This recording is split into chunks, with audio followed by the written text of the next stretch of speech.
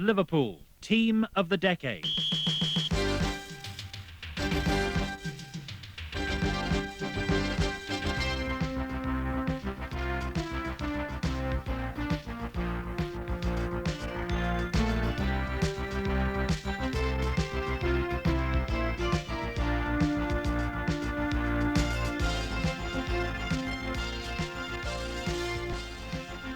Runners-up in the First Division and losing finalists in the Littlewoods Cup, achievements most other clubs would celebrate, meant disappointment for Liverpool in 1986-87, even though they began the season by sharing the Charity Shield with rivals Everton.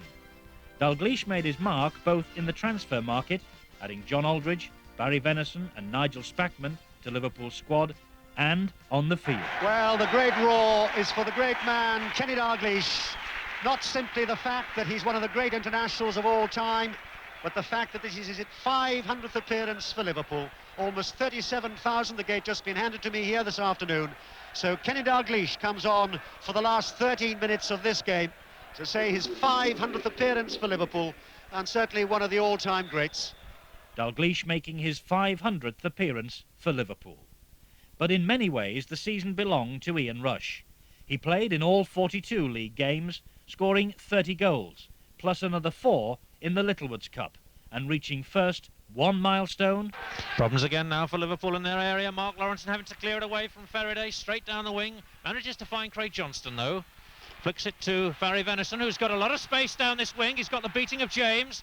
Drives it across there, looking for Rush. Comes through on the left foot, tries a shot, and scores! Ian Rush has scored his 200th goal for Liverpool and given them the equaliser. And then another. Ablett makes an extra man on the left, gets the ball now, plays the ball in, useful little cross too, over Ratcliffe, a chance for Rush, it must be there, great save by Southall, it is there, Ian Rush has done it, Ian Rush. Southall got the touch, the ball took a bounce, it trickled into the net, but that doesn't matter, because Liverpool are leading by 3 goals to 1, and Ian Rush, in his last derby match, has scored the goal that matches the Dixie Dean all-time record in matches between our two great clubs. Ian Rush began today on 17 goals in 19 appearances against Everton. He's now got 19 goals against Everton, the same total as the immortal William Ralph Dean, and Liverpool lead 3-1. It's very privileged for myself to be talked about in the same bracket as Dixie Dean, because he's one of the greatest scorers, of all time. And although I've equalled his record in scoring in derbies, it's a great pleasure for me to score that many goals. But more importantly, I'm more happy that Liverpool got the 3 points. And to score, my last derby, to score 2 goals and equal, a great record. I'm just very privileged. But I thought the lads done very well today. And say at the end of the day, it's opened the title race a bit more now. Ian Rush, whose end-of-season transfer to Juventus for £3,200,000 was preceded by emotional farewells both at home and away. And the applause rings round the ground now, a standing ovation from all around the ground. Even the Watford supporters cheering away to my left. The Kop salutes Ian Rush. His final appearance for Liverpool, and how you might expect, he scores on that final appearance. His 39th goal of the season, his 206th for Liverpool on his 330th appearance, and what a way to go out. Liverpool may not have won the league championship. That honour instead goes to their rivals across Stanley Park. But as far as the Liverpool supporters are concerned, the Kop away on the spy on Kop, cheering as Rush makes his way, surrounded by a posse of spectators, stewards and photographers. You'll never walk alone, they cheer, because Rush will never walk alone. Too good to be forgotten, the record which played at the beginning of this game, and he probably is too good to be forgotten, Ian Rush. A legend now at Anfield in their history. A man who's done so much for the club in the 7 years that he's been here since he signed from Chester, and receiving the full adulation of the crowd and Kop as he walks now in front of that devoted band of supporters.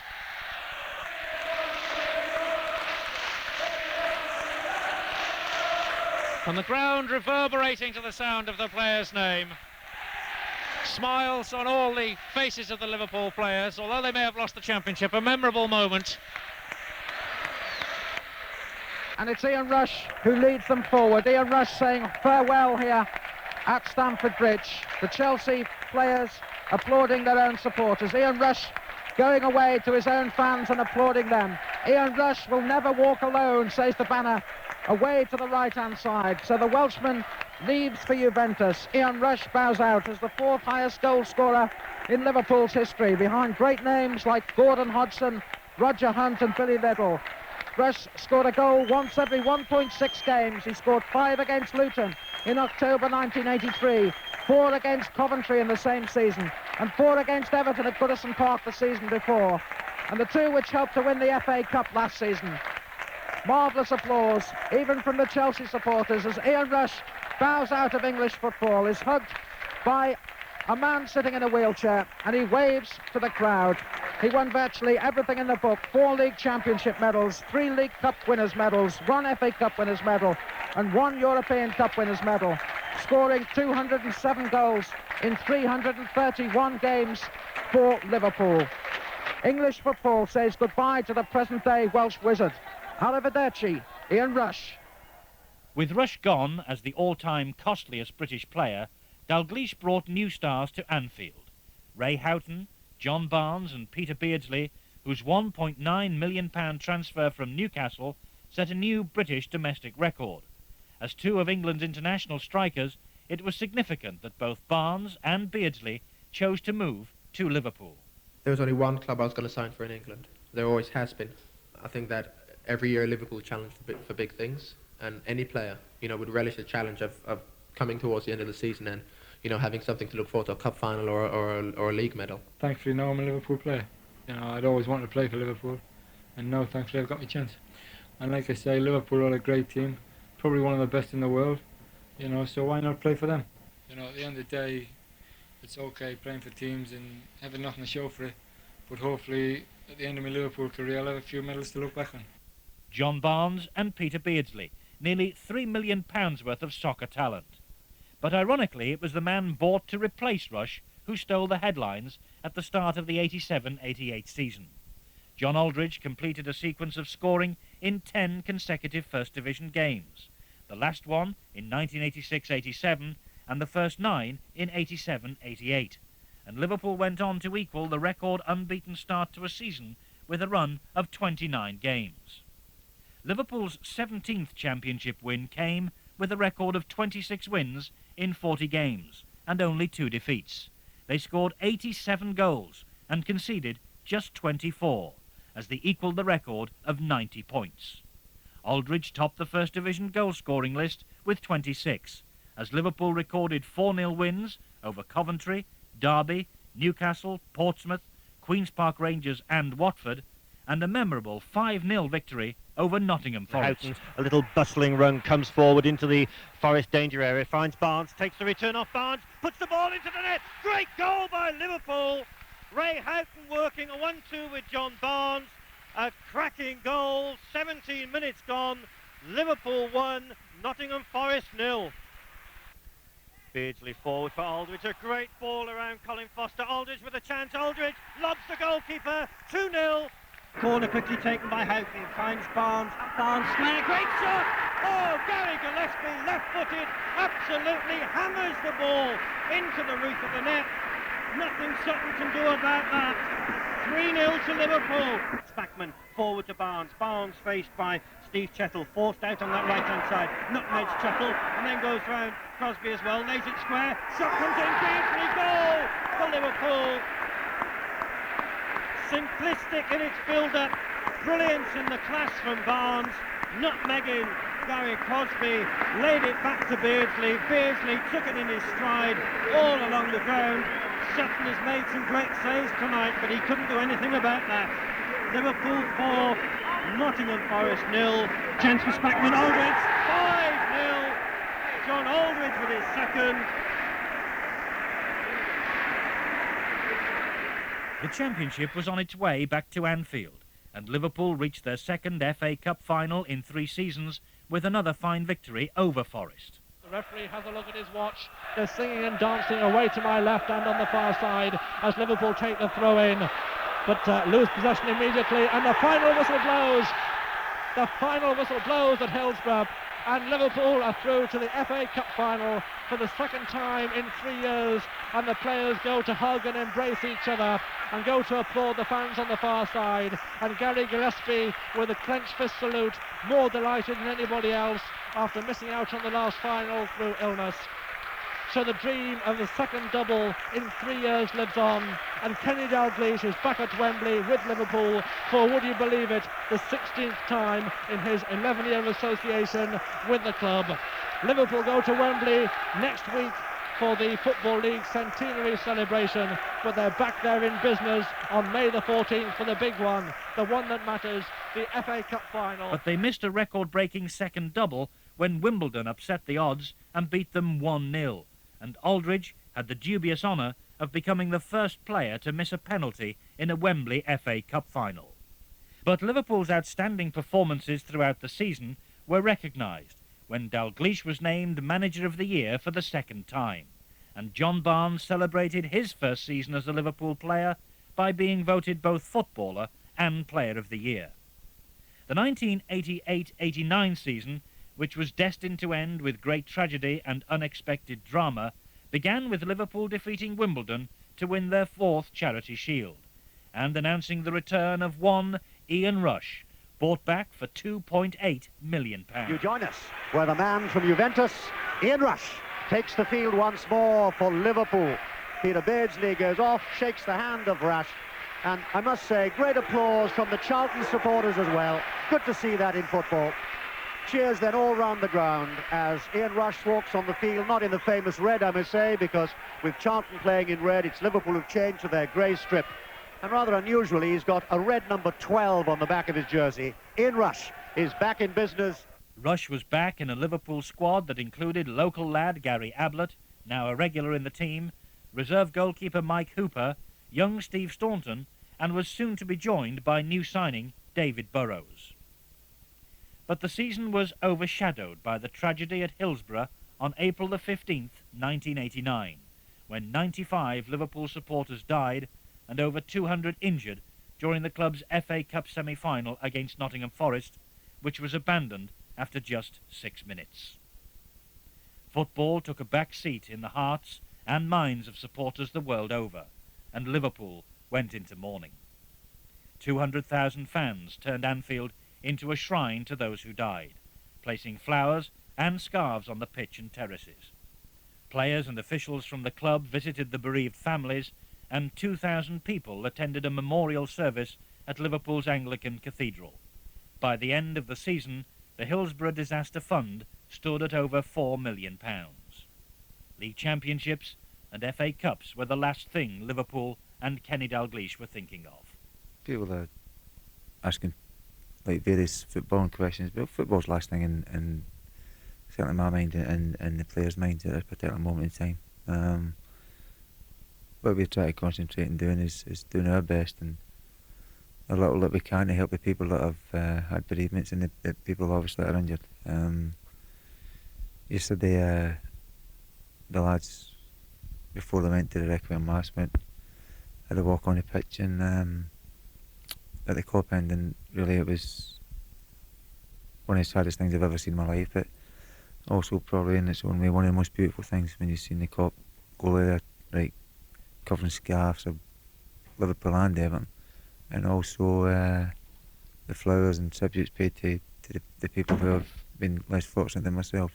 But eventually, as Secretary Peter Robinson explained, the club had to turn their minds back to football. Football Association officials have informed the club that this game must be played at Old Trafford on Sunday the 7th of May, kick-off 1 p.m. And we are therefore left with no option but to comply with this decision if we are to continue in this season's competition. Liverpool resumed their league programme 18 days after Hillsborough, and appropriately it was in Liverpool against their oldest rivals Everton on an emotional night at Goodison Park when fans of the Blues and the Reds joined in silence to remember those who died.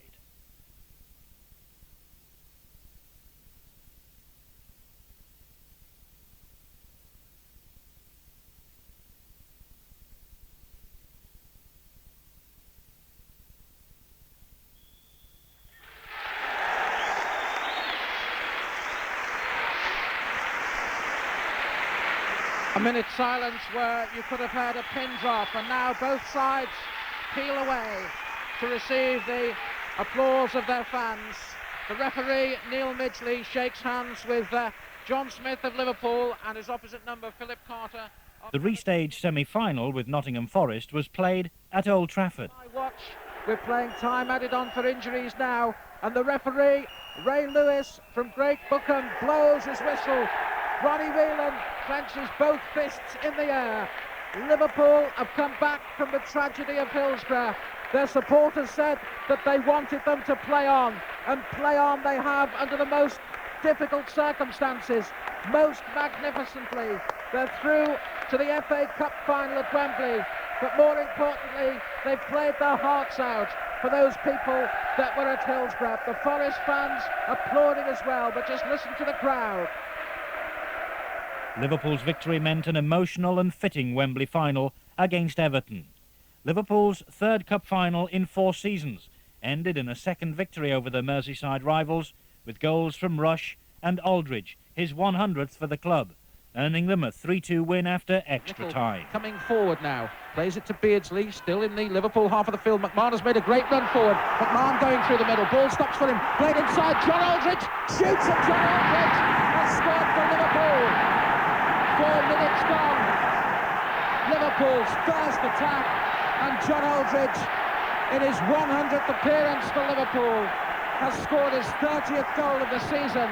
Out to Whelan, midway inside the half. Nicol picks it up, space for Rush inside the box. Ratcliffe has got a goal. Rush has scored for Liverpool.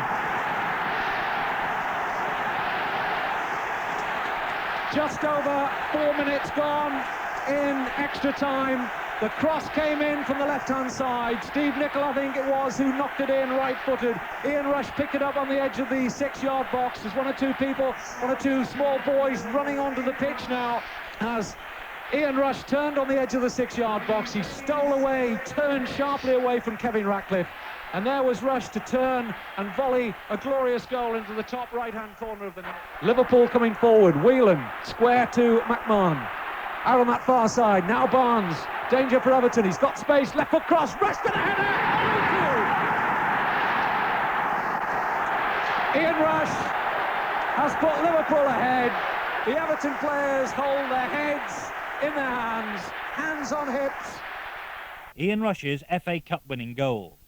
Liverpool's hopes of rewarding their loyal fans with a second double at the end of a season marred by tragedy disappeared at Anfield on April the 26th. When Arsenal's famous last-minute winner gave them the First Division Championship. Long ball from Lee Dixon. Smith will hold it up, plays it square to Thomas, and Thomas goes inside Nicol, and Thomas is there, and Thomas has scored for Arsenal in injury time. Michael Thomas has scored for Arsenal. A ball played through the gap. Thomas was there. He held off 2 challenges, kept his head. By my watch, we are a minute and a half into injury time, and Michael Thomas may have won the championship for Arsenal. Level on points and with identical goal difference, Arsenal triumphed by the narrowest of margins. They'd scored 8 more goals, and striker John Aldridge was devastated. I think it was devastated more than anything. Just couldn't believe what happened. You know, you've got the league 1 minute, and next minute it's gone and you can't do nothing about it. The game's over. At the end of the season, Steve Nicol was voted Footballer of the Year, but the compassion shown by all the Liverpool players to the bereaved families after Hillsborough brought them a special Footballers of the Year award. Determined to end the 80s and begin the 90s in the same style as they ended the 70s and began the 80s, Liverpool opened the 1989-90 season with a Charity Shield win over Arsenal and the addition of Glenn Hussein, the most expensive foreign player in British football. They served due warning of their intentions in September with a sensational 9-0 thrashing of Crystal Palace, which included a penalty from substitute John Aldridge on his last appearance for the club before joining Real Sociedad. Liverpool have got a penalty. Ronnie Whelan was brought down, the ball threaded through to him down that left-hand side, and probably the tackle, which looked least like a penalty, looked as if it was going to go unrewarded again, and I think we're going to see quite a dramatic substitution here because Roy Evans is out with the number 7 board, for Peter Beardsley. Beardsley is coming off. John Aldridge is going on. John Barnes has put the ball on the penalty spot, but I just wonder if John Aldridge is going to take the penalty. Listen to the crowd. Steve McMahon taps him on the back, says, come on mate, this could be your last game. He comes up, he's going to take the penalty. What a remarkable piece of romantic history, Liverpool, who are not in the mood for doing this sort of thing. John Aldridge comes on the field as the substitute, hits it, scores! Well, that must be the quickest goal ever by a substitute. Coming on the field after the penalty had been given, substituted for Peter Beardsley, steps up, takes the penalty, and I wonder if that is Aldridge's last goal for Liverpool. John Aldridge's emotional farewell to Anfield. Before the season was over, a new striker appeared in Liverpool's colours and made a sensational start. Rosenthal back to the far post, Rosenthal with a header, and he's got a hat-trick on his debut. A night to remember for the Israeli. A move of simplicity. Barnes to Rosenthal, back to Barnes. Barnes looked up, Rosenthal made the run to the edge of the 6-yard box. A diving header, Bolder didn't know where the ball was going, and Rosenthal did in the back of the net. Liverpool 3, Charlton 0. Ronnie Rosenthal, Liverpool's latest £1 million player. Kenny Dalglish's third championship as a player-manager, Liverpool's 7th in a decade and 18th in total, was confirmed against Queen's Park Rangers. John Barnes against Seaman, runs up left-footed, and Barnes puts it inside David Seaman's left-hand post. The Kop rise to the feet, the whole of Anfield are applauding, and that's deserved on Liverpool's second-half performance.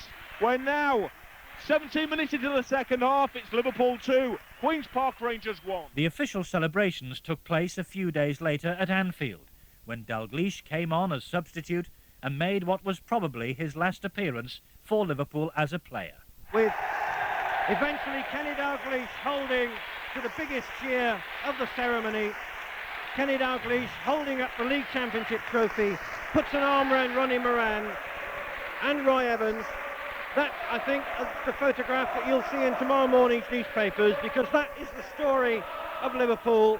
There are the players on the field, there are the superb backroom staff who keep the club ticking and keep the club running, but I think it's fair to say that when it comes to the action on the field, apart from the players, it's those three in those white tracksuit tops, Kenny Dalglish, Roy Evans and Ronnie Moran, that really pull the strings and make the team buzz and make the team fizz.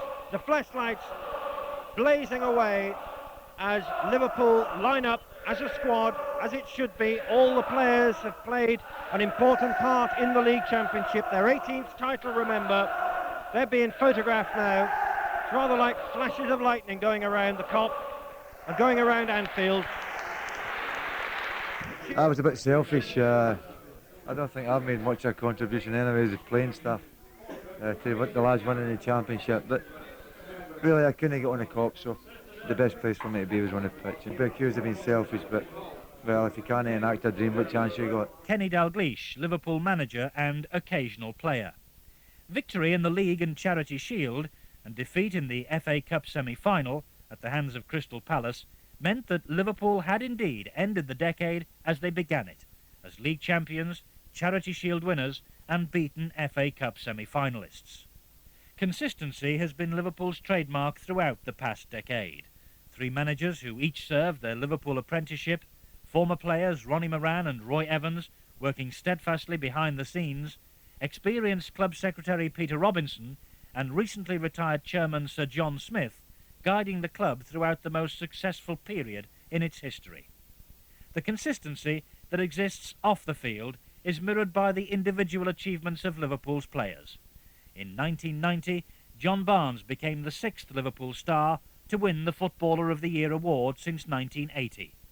Club captain Alan Hansen won his 8th League Championship medal, equalling the record set by former Red skipper Phil Neal.